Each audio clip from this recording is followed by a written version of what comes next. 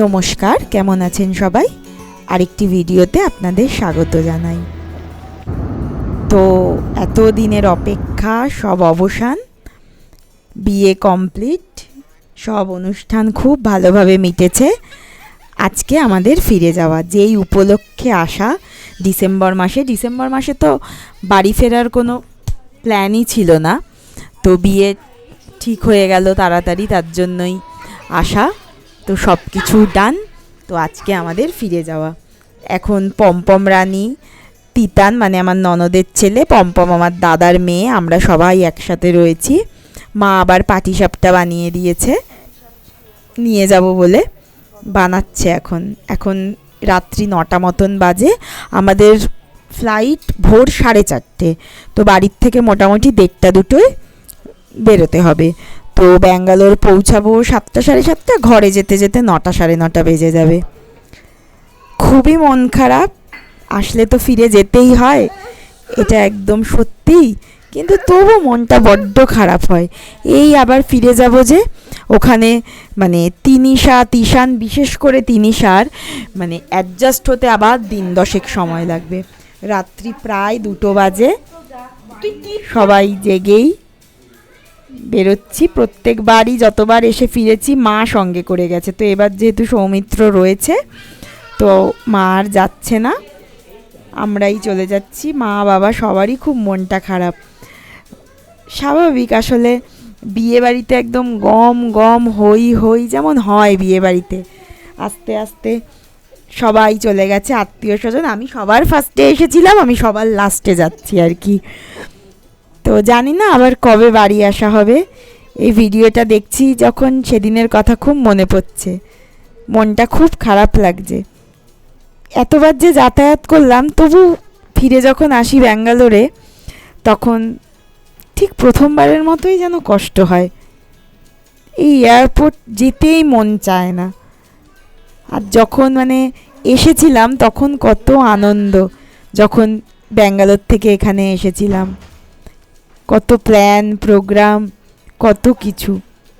রাত্রি প্রায় 2টো বাজে, ওদের দুজনেরই, তিশান ওরা ঘুমে ঢুলে পড়ছে। যাই, বেরোনো যাক। আবার কবে ফিরে আসবো জানি না, হয়তো আর খুব শিগগিরই আসা হবে না। তার কারণ ডিসেম্বর মাসে তো আসার কথাই ছিল না। তো যাওয়ার পরে খুব ফাঁকা ফাঁকা লাগবে, আমার জানা লাগবে, মাদের আরও বেশি লাগবে। বাচ্চাগুলো ছিল বলে তো আরও বেশি আনন্দ, হই হই মজা। চলুন যাই, আমরা কল্যাণী এক্সপ্রেসওয়ে ধরেই এয়ারপোর্ট যাব। ওই রাস্তাটাতে ফাঁকাই পাবো আশা করি। ওর কাছে সব অরিজিনাল ডকুমেন্টস 2টো তো বেজেই গেছে। তিশান ঘুমিয়ে পড়ছে, গাড়িতে উঠেই ঘুমিয়ে পড়বে।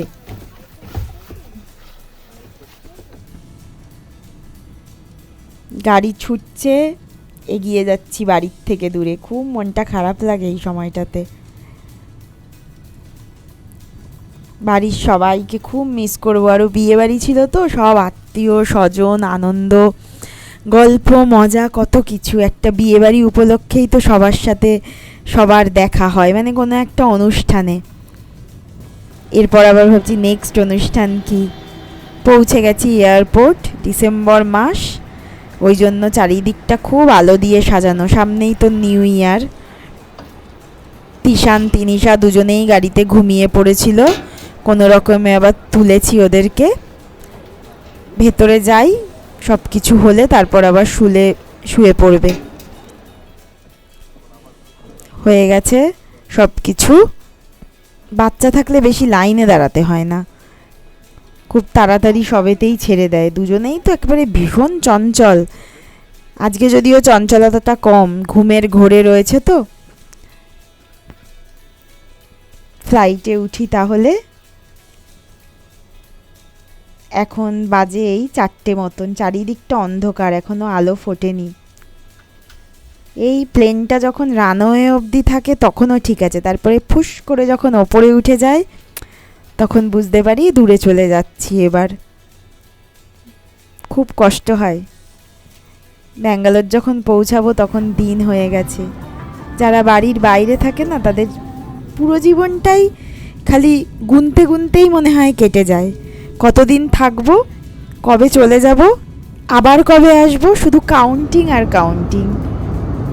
এই যে যাব, যাওয়ার পরেই দিন গোনা শুরু হবে, আবার কবে আসবো। যেই আসার চলে আসবো তখন আবার কাউন্টিং, এই তো আর কদিন, এই তো আর কদিন। দিনের আলো ফুটে গেছে, ব্যাঙ্গালোর পৌঁছে গেছি।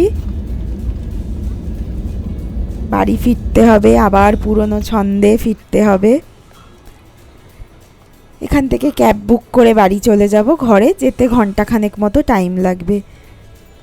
দুজনেই ফ্লাইটে ঘুমিয়েছে, এখন উঠে পড়েছে। তিনিশা রানী আর তিশান ভাই ওর। লাগেজ টাগেজ সব নেওয়া হয়ে গেছে, বাইরে চলে এসেছি। ক্যাবের জন্য এখন অপেক্ষা করছি। ক্যাব পেলে সোজা ঘর, আবার আস্তে আস্তে ছন্দে ফেরা।